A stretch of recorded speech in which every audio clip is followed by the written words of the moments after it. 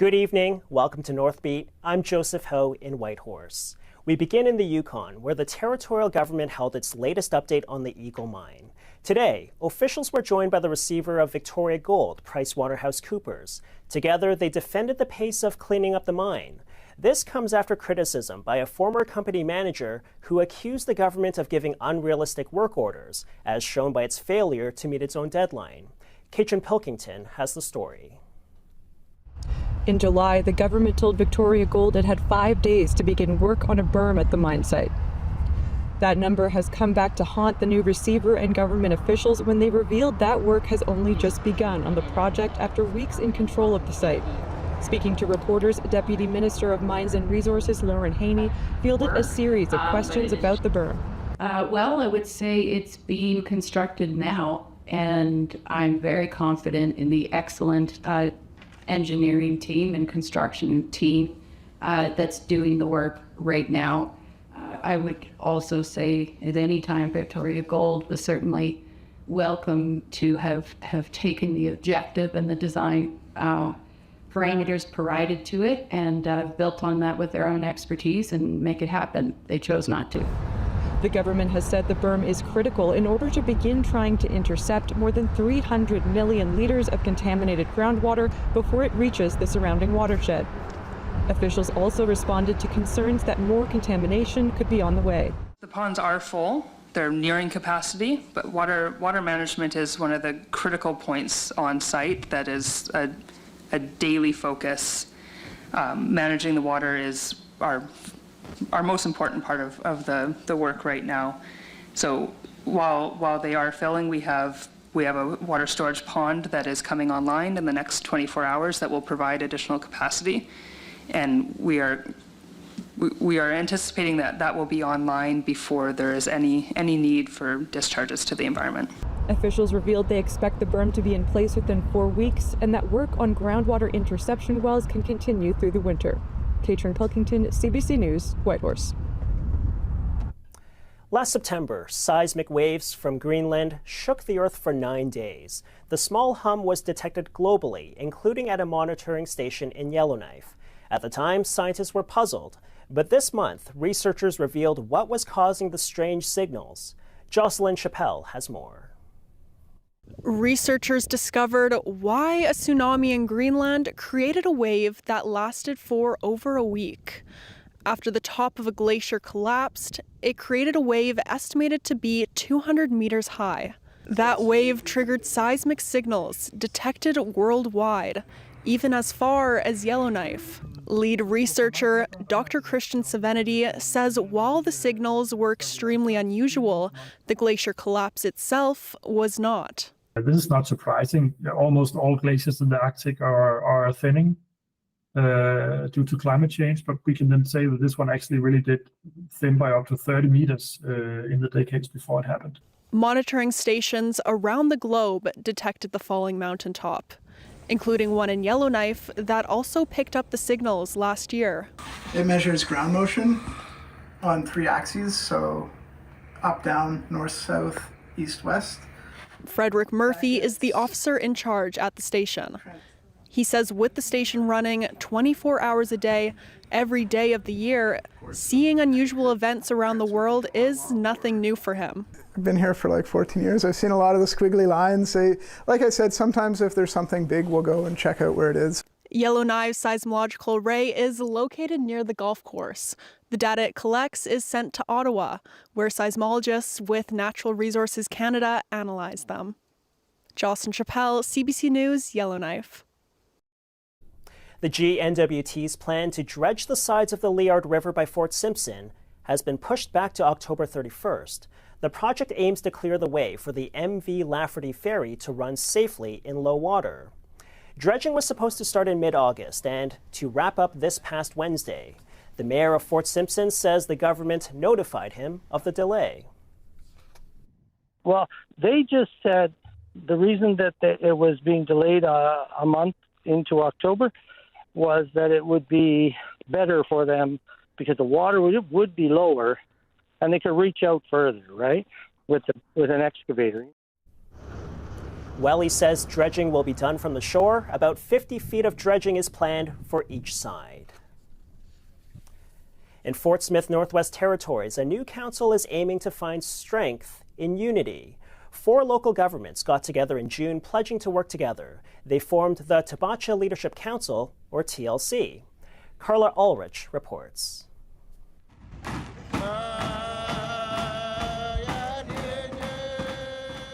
Leaders of the Salt River First Nation, Smith's Landing First Nation, Fort Smith Métis Council, and the town of Fort Smith all signed the Memorandum of Agreement. Their goal is to work on long-term plans to help the community grow. They're focused on economic growth, health and social services, and the local housing shortage. The underlying priority of the Leadership Council is to ensure that the governments are working together to make this a better community for everyone.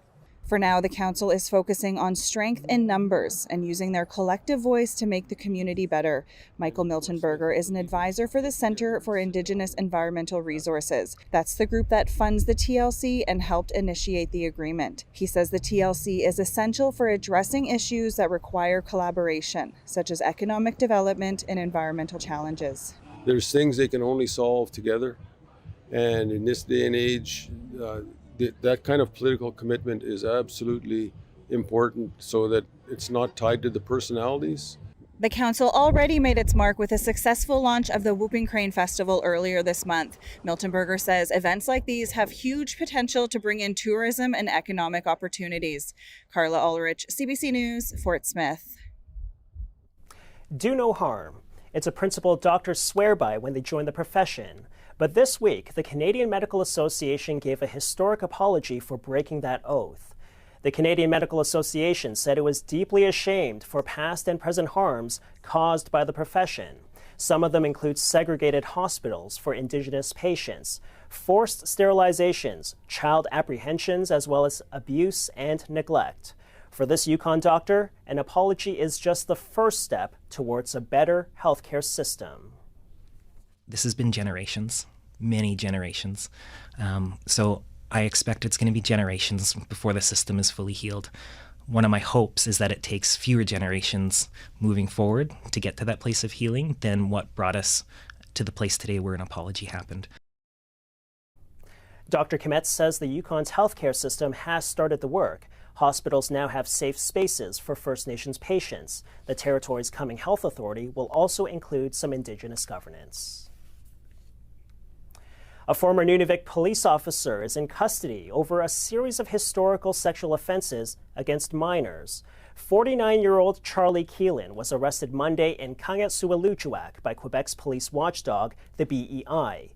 It's in connection to alleged offenses between 2001 and 2006 in Huaktuk against 4 teenagers. The BEI believes there could be more incidents spanning between 1997 and 2020. Keelan, who's also a well-known singer, faces multiple charges. They include sexual assault and false imprisonment. Anyone with information about other alleged victims are asked to reach out to the BEI. Keelan is being held until his bail hearing on Tuesday. Nunavut's MP is urging residents to report cases of police brutality to her office. This comes after 6 First Nations people across Canada were killed during interactions with police in just 2 weeks. Lori Idlout called for an emergency debate in the House of Commons Monday night to address the deaths. During debate, she said the governing Liberals spoke of funding issues and said they would look into the issue. Idlout says the RCMP needs more training in de-escalation and to avoid intimidating behavior. She also believes the force needs more cultural education. I am very thankful for the people who are reaching out to me. The things that they gave me shows that it's not only about the First Nations people. I want to fight hard for the people I am representing. Idlout has also criticized the federal government for making promises like funding for First Nations policing, but taking years to introduce legislation. CBC News has obtained documents detailing alleged incidents of racism and sexism within the British Columbia RCMP. 3 members of the force in Coquitlam are facing dismissal over a private online discussion group dating back to 2021. Jason Proctor has more.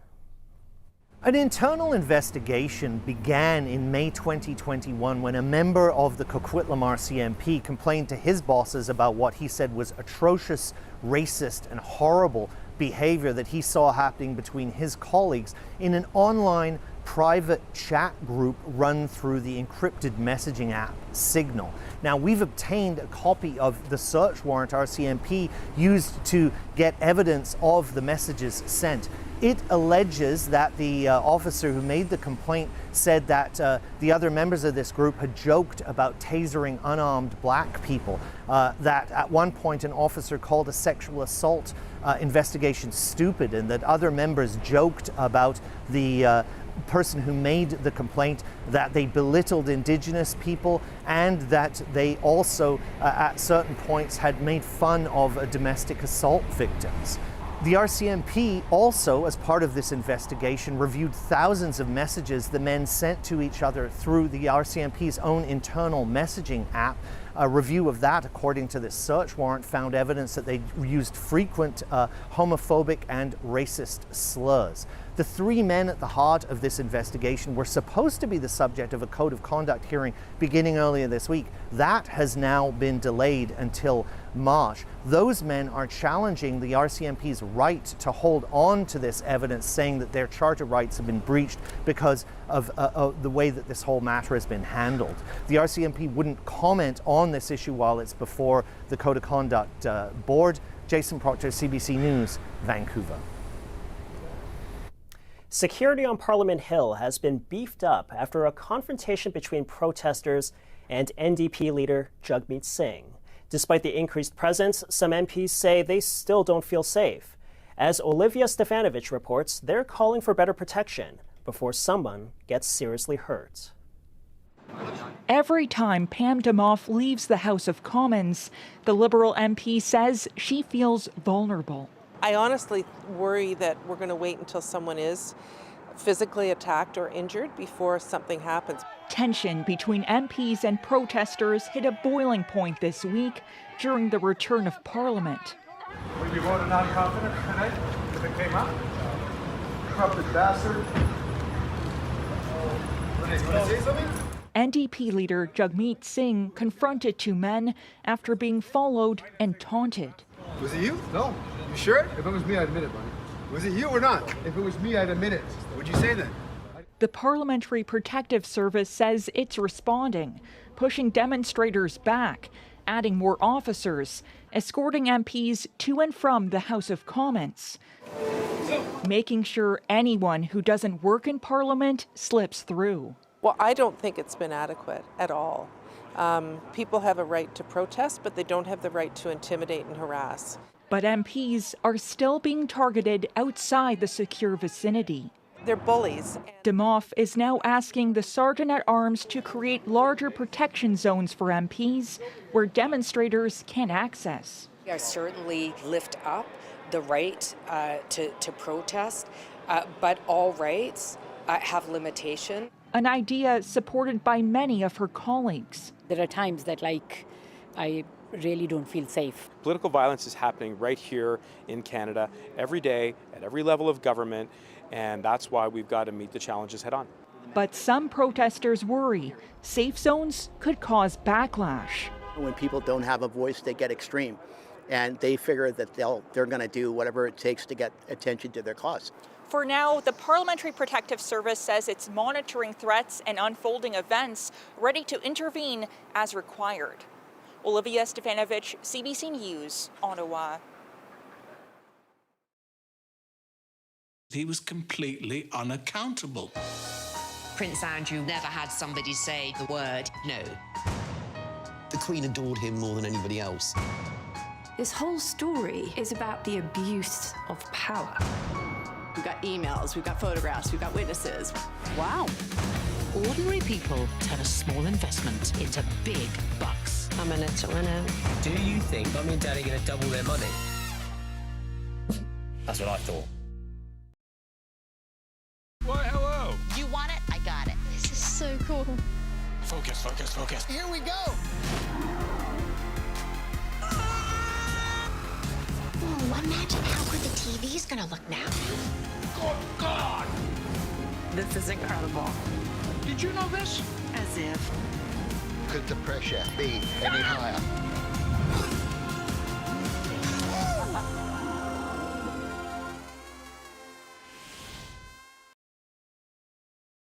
Every week, the issues that matter to Canadians. Cost of living hurts everybody. Connecting politics to people. Win, win, win. We are not going back. Sundays, join me for Rosemary Barton Live. It makes sense that they get a larger share, or does it? Welcome to the Greenbelt. All of this, just single detached homes? Yes. What do we know? I think we can explain. About that with Andrew Chang. Watch free on CBC Gem.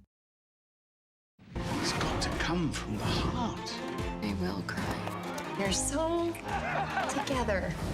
How much more connected do you want to be? See you there.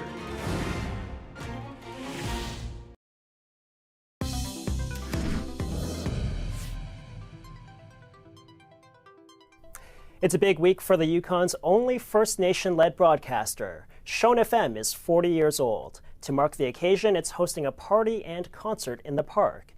The radio station is also honoring its longest-running host. As George Moratis tells us, Shone FM is a station that has always marched to the beat of its own drum.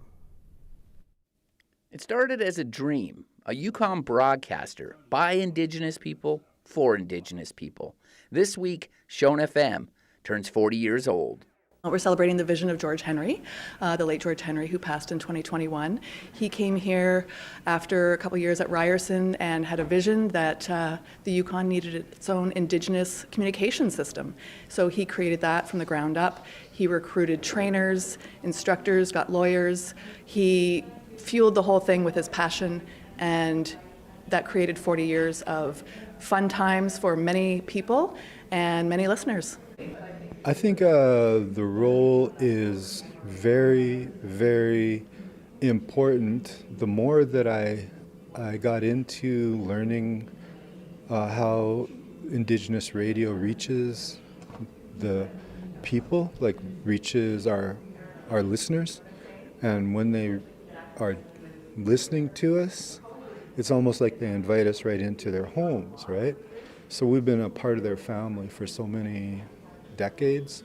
You know, we're going on 40 years. So this is 40 years of a relationship that's built with different people. But of course, Shone has always been the canoe that's going down our river and stopping at various houses all at the same time.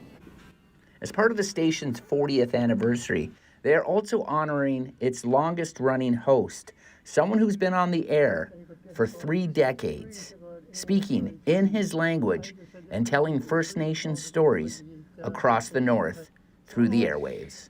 2 or 3 times now I resigned, but they won't accept it because there's no...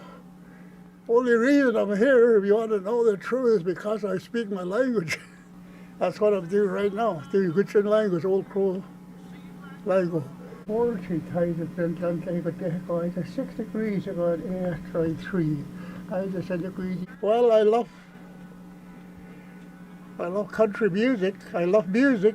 The reason what I like about this job is, especially on Saturday, when I'm doing the Saturday quiz show, I speak to a lot of people from all over, like Alaska, even down out music, and a lot of folk off of Ontario and all. Everybody's listening all over. Well, Ben is a legend. People come in here mainly to see him. He gets calls nonstop. He gets Facebook requests all the time from across Canada, from Alaska, from Northwest Territories. The Gwich'in have no border, so he is welcome into all of those homes. We rebroadcast in Fairbanks, so he's also a celebrity there. And then if I was to quit today, I don't know what I'll do when I don't do nothing. Even I get a day or 2 off, I just, looking for something to do all the time. And I'm 84 years old now. 84? I turned 84 this past June 11th. I thought that would be the day, but no. No, you're still going. Still going. For his dedication to the station, Charlie was presented a Lifetime Achievement Award this week by Shone. On Saturday, the station's hosting a concert to celebrate 40 years. George Moratis, CBC News, Whitehorse.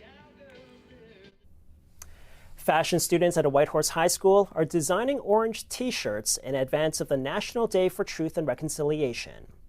It's an annual project at Porter Creek Secondary. Students design and screen print the shirts by hand. The two student designers are from the Tahltan and Champagne and Asiatic First Nations, respectively. Each shirt sells for $5. Proceeds will go to the Committee on Abuse in Residential School Society. For the students, it's a chance to discuss the effects of residential schools and to honor survivors. It's a day to remember what has happened and move on and to forgive and grow together as a community. So a way for us to support. Shirts go on sale at Sports Experts in Whitehorse on Monday. The National Day for Truth and Reconciliation is September 30th. A Winnipeg-based Indigenous artist says her designs are being stolen and used on Orange Shirt Day t-shirts. These shirts are being sold on social media and other e-commerce sites ahead of the National Day for Truth and Reconciliation. Zubina Ahmed has more. Jackie Travers has been working with oil and acrylic paint since she was 13. All of her work is inspired by her Ojibwe history and culture. In recent weeks, she's been seeing her designs on orange shirts and being sold without her permission. She's noticed this happening, especially in the lead up to the National Day for Truth and Reconciliation, also known as Orange Shirt Day. They don't credit me. What mainly happens is they're making profit off the trauma of Indian residential schools. They don't really know the full story. They just know that it's a good time to sell t-shirts. Travers says she found 2 ads on Facebook selling her stolen designs. She says she watermarks all her art that she posts online. Either they remove the watermark or they got the first image from 5 years ago and they just put something over the circle and put a logo in there, Every Child Matters. She says she's tried contacting them, but they didn't respond. It's stolen artwork, or it's this artist's work and that artist never gave permission. They're just they don't care. Julia Rickman, lawyer at Fillmore Riley, says artists have the right to prevent anyone from using their work. She says there are various ways to protect their art. Artists should, when they are posting their arts online, to put a copyright notice on there. That won't prevent infringement, but it just adds that extra bit of information to the public that you are claiming copyright, where you put the copyright sign, your name, the year, and that all rights are reserved.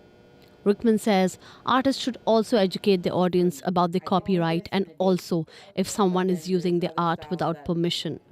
Zubina Ahmed, CBC News, Winnipeg. Doctors and patients in British Columbia are worried about undetected cancers. It's because of a lack of ultrasound clinics. The situation is especially concerning for those who need more than just a routine mammogram. The backlog of appointments for these procedures is so long, patients can't even get on a waiting list. Belle Puri has more. Erin Bell is diligent about her breast health. I was due for a mammogram last September. Everything was fine. I just have very dense breasts. Dense breasts come with a 6 times higher risk of cancer. In those cases, doctors recommend screening ultrasounds between biennial mammograms, which in most provinces start at age 50. Erin is due for an ultrasound now. So I got a call from my doctor's office, from the reception there, saying that the clinic that schedules the bilateral breast ultrasounds is not taking any more patients. That clinic does the majority of BC breast screening ultrasounds under the Medical Services Plan. It's largely financial, and so the fee is really not adequate to justify the time that it takes to do a full, both sides screening breast ultrasound. And so most places are saying we won't do it. Ultrasounds do what mammograms can't. You can barely see it here, but there's a lump hiding in this dense tissue. And when we do her ultrasound, Here's jumping out at you. It's very conspicuous. That's the cancer. BC was the first province to provide breast density information with mammograms. Now it acknowledges access to follow-up tests needs to expand. We're happy to look at issues around fee codes to make sure that doctors have the right incentives. Supplemental testing varies province to province. Ontario offers it at level D, the highest level of breast density. Alberta has been doing supplemental screening for some time. Nova Scotia's the worst. Even with a doctor's requisition, no facility will do a screening breast ultrasound. The Vancouver Clinic does over 3,000 screening ultrasounds a year. It can't handle more. Erin Bell's only option is to pay $700 for one at a private clinic. We're not supposed to have to pay for things.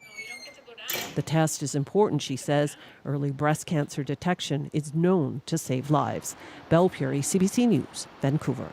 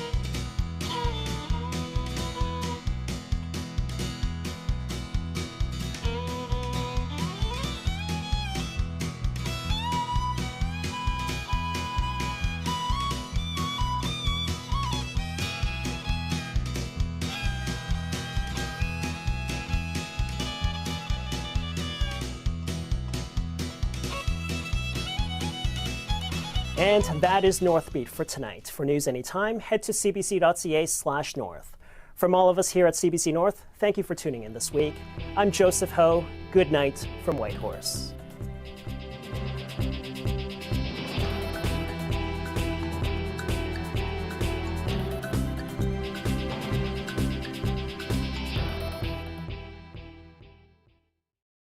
We carry a world of information in our pockets because we want to know. Breaking news that shapes your world. All right. Reporting from the scene onto your screens.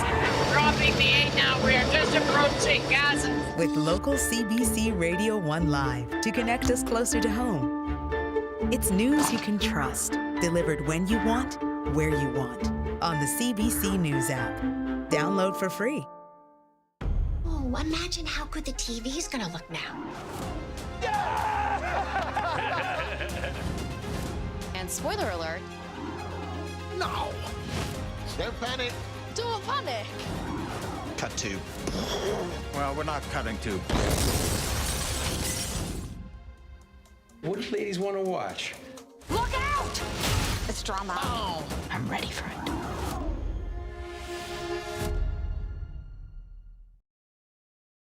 Hi, friends. Guess what? Pinch me. Ooh.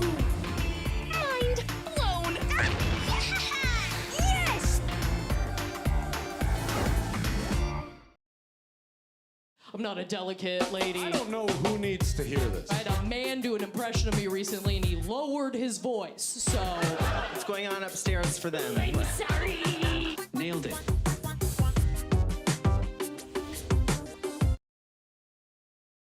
Your sister. She tried to kill herself. Mom showed me your suicide note. Thank you for putting me on it. I was like 2/3 down the list. Feels like I was an afterthought. I just didn't want it to go to your head.